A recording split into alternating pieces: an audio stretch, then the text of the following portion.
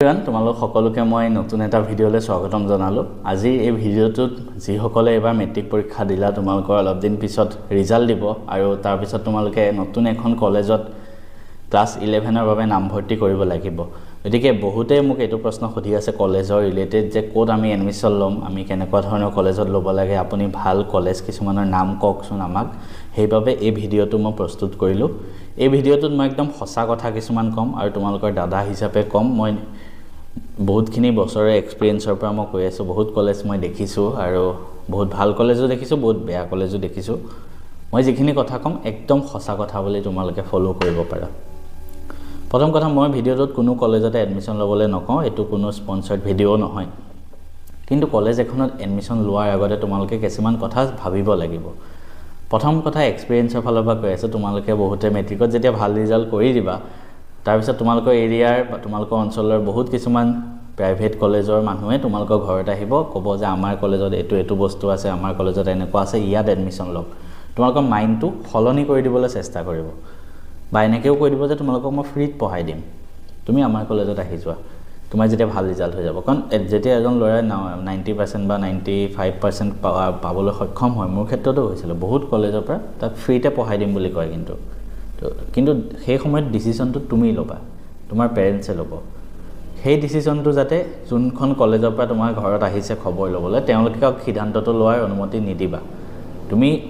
তুমি যদি ভাবিছা এইখন কলেজত অমুক কলেজত মই পঢ়িম আৰু বেলেগ এখন কলেজৰ পৰা আহি যদি তোমাক ক'লে আমি ফ্ৰীত পঢ়াই দিম, নিজৰ ডিচিশ্যন চেঞ্জ নকৰিবা। মই তোমালোকক আৰু কিছুমান কথা কওঁ। তুমি যেতিয়া এখন কলেজত এডমিশ্যন ল'বলৈ যাবা তো তুমি চাবা, তুমি গভৰ্ণমেণ্ট কলেজত ল'ব পাৰা বা প্ৰাইভেট জুনিয়ৰ কলেজত ল'ব পাৰা এডমিশ্যন। বহুতে চৰকাৰী কলেজৰ নাম ক'ব কৈ থাকে ভাল কলেজ, আৰু কাৰণ সকলো মানুহ আৰ্থিকভাৱে সিমানখিনি সবল নহয় যে তেওঁলোকে এখন প্ৰাইভেট জুনিয়ৰ কলেজত পঢ়িব পাৰে। তো সেইবাবে সেইসকল ল'ৰা ছোৱালীৰ বাবে মই কৈ আছোঁ, তোমালোকে যিকোনো এখন চৰকাৰী কলেজত নামভৰ্তি কৰিব পাৰা যিসকলৰ আৰ্থিকভাৱে সবল নহয়। আৰু চৰকাৰী কলেজ বুলি ক'লে মই নিজে তেজপুৰৰ হয়, তেজপুৰৰ দৰং কলেজ হওক বা গুৱাহাটীৰ কলেজ আছে, নগাঁৱৰ কলেজ আছে, বা বিভিন্ন অঞ্চলত বেলেগ বেলেগ কলেজ আছে। তুমি যদি চৰকাৰী কলেজত পঢ়িব বিচাৰিছা, তুমি নিজৰ এৰিয়াটোৰ পৰা বাহিৰত অহাৰ কোনো প্ৰয়োজন নাই। তুমি যদি ডিব্ৰুগড়ৰ হয়, ডিব্ৰুগড়ৰ এখন চৰকাৰী কলেজত পঢ়া, তুমি যদি যোৰহাটৰ হয়, যোৰহাটৰ চৰকাৰী কলেজত পঢ়া, মাজুলীৰ হ'লে মাজুলী, তেজপুৰৰ হ'লে তেজপুৰৰ। চৰকাৰী কলেজ সকলোতে একেই, পঢ়োৱাটো চৰকাৰী কলেজত সকলোতে একেই। আল্টিমেটলি তুমি সেনেকুৱা কলেজত লোৱাৰ পিছত নিজে এফৰ্ট দিবই লাগিব, তাত ইমান ভালকৈ ক্লাছ নহয় আৰু মই যিমানখিনি জানো আৰু তুমি নিজে এফৰ্ট দিব লাগিব, তুমি নিজে পঢ়িব লাগিব। তোমাৰ ওচৰত অপশ্যন থাকে, তুমি অফলাইন টিউশ্যন কৰিব পাৰা বা অনলাইন টিউশ্যন কৰিব পাৰা। মইতো এইটো ছাজেষ্ট কৰিম অনলাইন কৰা, কাৰণ অফলাইন কৰিলে তোমাৰ অহা যোৱা টকা পইচা বেছি খৰচ হয়। অনলাইনত ইমান বেছি খৰচ নহয়, অনলাইনত বহুত ভাল প্লেটফৰ্ম আছে, তুমি যিকোনো প্লেটফৰ্মৰ পৰা পঢ়িব পাৰা। মেথছটো মই নিজে পঢ়াই আছোঁ, মেথছটো মোৰ লগত পঢ়িবা, আহি যাবা। মেথছৰ কাৰণে মই আছোঁ, কেমেষ্ট্ৰিৰ কাৰণে মোৰ ইউটিউবৰ প্লে'লিষ্ট আছে ফ্ৰীতে। মেথছ আৰু কেমেষ্ট্ৰি তোমালোকে চিন্তা কৰিব নালাগে, এই দুটা ছাবজেক্ট। এতিয়া ইয়াৰ পিছত আহোঁ নেক্সট কেটেগৰীটো, যিসকলে জুনিয়ৰ কলেজত এডমিশ্যন ল'ব, যিসকলে প্ৰাইভেট কিবা কলেজত এডমিশ্যন ল'ম বুলি ভাবি আছা। তোমালোকে সেই কলেজখনত এডমিশ্যন লোৱাৰ সময়ত, কাৰণ তাততো ফিজো দিব লাগিব, মা দেউতাৰ টকা যাব তাতে, তো তুমি এবাৰ ভালদৰে ভাবি চিন্তি চাবা যিখন কলেজত তুমি পঢ়িব গৈ আছা সেই কলেজখনৰ পৰা আগতে ভাল ৰিজাল্ট হৈছে নে নাই, কেইটা ভাল ৰিজাল্ট হৈছে। তেওঁলোকৰ কলেজবিলাকৰ প্ৰস্পেক্টাছ বনায়, মানে এখন কিতাপৰ নিচিনা বনায়, তাত আগৰ ৰিজাল্টবিলাক দেখায়। তুমি আগৰ ৰিজাল্টবিলাক এনালাইচিছ কৰিবা। এটা বস্তু চাবা, তাত কিমানে এডমিশ্যন লৈছে, কিমানে ভাল ৰিজাল্ট কৰিছে। ভাল result in the chance first division নহয়, আজিকালি ফাৰ্ষ্ট ডিভিজন চবেই পায়। 90% এবভ কিমানে পাইছে চোৱা, ঠিক আছে। এডমিশ্যন লৈছে 200টা, 90% লৈছে এটাই পাইছে, সেনেকুৱাতো নহ'ব ন। তো তুমি ভালকৈ চাবা, 200টা এডমিশ্যন লৈছে, 90% কিমানে পাইছে, সেইটো বস্তু চাবা ফাৰ্ষ্ট। ছেকেণ্ড কথা, তাৰ পৰা এণ্ট্ৰেঞ্চ এক্সামত কিমানে পাইছে, যোনে ছায়েন্সত এডমিশ্যন লোৱা। তাৰ পৰা ইঞ্জিনিয়াৰিং আকৌ বেলেগ বেলেগ আছে দেই, JEE আৰু NEET, এই দুটা। ইঞ্জিনিয়াৰিঙৰ কাৰণে JEE হায়েষ্ট আৰু মেডিকেলৰ কাৰণে NEET, মেডিকেলৰ কাৰণে এটাই NEET। কিন্তু ইঞ্জিনিয়াৰিঙৰ কাৰণে চাবা JEE কোনে পাইছে। CEEটো আছাম ইঞ্জিনিয়াৰিং হয়, CEEটো অলপ সহজ হয়। তুমি JEE চাবা কিমানে পাইছে তাৰ পৰা, আৰু NEET কিমানে পাইছে, সেই দুটা বস্তু চাবা, ঠিক আছে। ছেকেণ্ড কথা, যেতিয়া তুমি প্ৰস্পেক্টাছখন চাবা তাতে তুমি এটা বস্তু চাবা, বহুত কলেজে এইটো কাম কৰে, জুনিয়ৰ কলেজবিলাকে।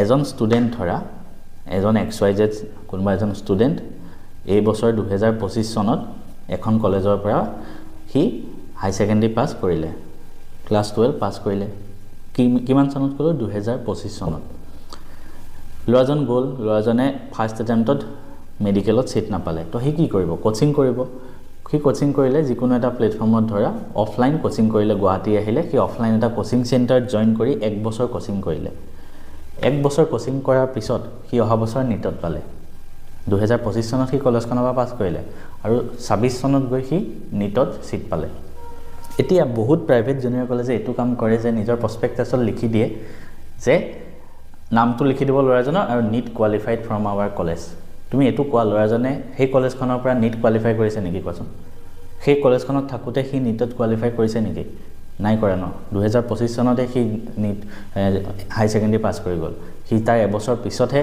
নিটত কোৱালিফাই কৰিব সেই তাৰ নিটত কোৱালিফাই কৰা ক্ৰেডিটটো কাৰ এটাত যাব লাগে কোৱাচোন যোনখন কোচিং ইনষ্টিটিউটত সি ললে সেইখনত যাব লাগে হয়নে নহয় তো বহুত প্ৰাইভেট জুনিয়ৰ কলেজে হেতু কাম কৰে ইঞ্জিনিয়াৰিংৰ ক্ষেত্ৰতো নিটৰ ক্ষেত্ৰতো তেওঁলোকে এইটো ক্লেম কৰে যে ড্ৰপাৰ কেটাৰ সিহঁতৰ পৰা পাইছে বুলি ক্লেম কৰে হেতু বস্তু নাচাবাই গতিকে এই বস্তুখিনি ভালকে তোমালোকে এনালাইসিস কৰিবা কলেজ এখনত এডমিশন লোৱাৰ আগতে প্ৰসপেক্টাছখন ভালকে চাব মই শিকালো কোন চনত হাই সেকেন্ডাৰী পাছ কৰিছে হেতু চাবা কোন চনত নিট পাইছে হে দুইটা বস্তু চাবা কিন্তু আৰু যদি বুজা নাই যোন কলেজৰ এডমিশন লোৱা হেল মানুহজনক খোদা ই কোন চনত পাছ কৰিছিলে হেতু বুজাই দিও ঠিক আছে আৰু প্ৰাইভেট জুনিয়ৰ কলেজৰ কথা বহুতে ক'ব কয় ভাল ভাল মই যিমান দূৰ জানো মই নিজে তেজপুৰৰ হয় ঠিক আছে মই তোমালোকক একদম দাদা হিচাপে সঁচা কথা কৈ আছো মই নিজে তেজপুৰৰ হয় তেজপুৰত হাই সেকেন্ডাৰী মানে মেট্ৰিকৰ পিছত পঢ়াৰ এনভাইৰনমেন্ট ইমান নাই সঁচা কথা বেয়া পাই লাভ নাই মই নিজৰ জায়গাৰ কথাই কৈ আছো তেজপুৰত পঢ়াৰ এনভাইৰনমেন্ট নাই আফটাৰ মেট্ৰিক হাই সেকেন্ডাৰী কাৰণে ভাল কলেজ তেজপুৰত নাই এট লিষ্ট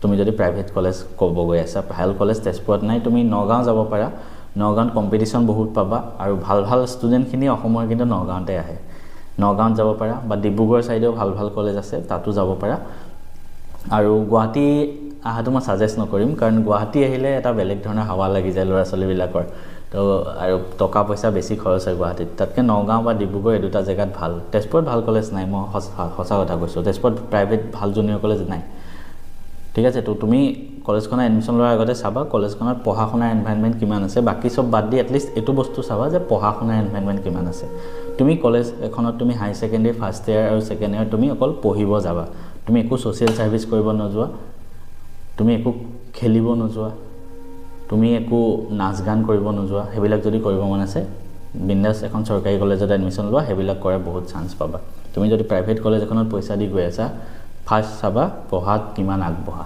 এটো নাচাবা যে বাহিৰা ক্ষেত্ৰত এক্সট্ৰা কাৰিকুলাৰ এক্টিভিটিছত কিমান আগবঢ়া নাটক কৰা গান গোৱা ভাওনা পাতা কিবা কৰা সাইকেল ৰেলী কিবা কিবি হেবিলাক নাচাই জাস্ট এটো চাবা পঢ়াত কিমান আগবঢ়া হয় কিমান ভাল ৰিজাল্ট কৰিছে কিমানে ফাৰ্স্ট এটেম্পটত এন্ট্ৰেন্সত ক্ৰেক কৰিছে হেখিনি চাই তুমি এখন কলেজত এডমিশন লোৱা আফটাৰ অল এটো তোমাৰ ডিসিশন হয় তোমাৰ লাইফ হয় তোমাৰ লাইফ তুমি নিজে ভাবিবা তোমাৰ মা দেউতা টকা খৰচ হৈ আছে তো তুমি হে মূল্যখিনি যাতে তেওঁলোকক দিব পাৰা পঢ়ি 2 বছৰ অকল পঢ়াত লাগা এক্সট্ৰা কাৰিকুলাৰ এক্টিভিটিজৰ কাৰণে ক্লাছ 12 পাছ কৰাৰ পিছত এনাফ টাইম পাবা বহুত এনজয় কৰিব পাৰিবা একবাৰ ভালকে এখন মনে বিচাৰা ইঞ্জিনিয়াৰিং বা মেডিকেল কলেজ বা নিজে যিখিনি কলেজত পঢ়িব বিচাৰা আফটাৰ হাই সেকেন্ডাৰী গৈ লোৱা তাৰ পিছত চাবা তোমাৰ ওচৰত কিমান ধুনীয়া ধুনীয়া টাইম থাকিব লাইফটো এনজয় কৰিবলৈ মই নিজৰ এক্সপেৰিয়েন্সৰ পৰা কৈ আছো ভিডিওটো ভাল লাগিলে শেয়াৰ কৰি দিয়া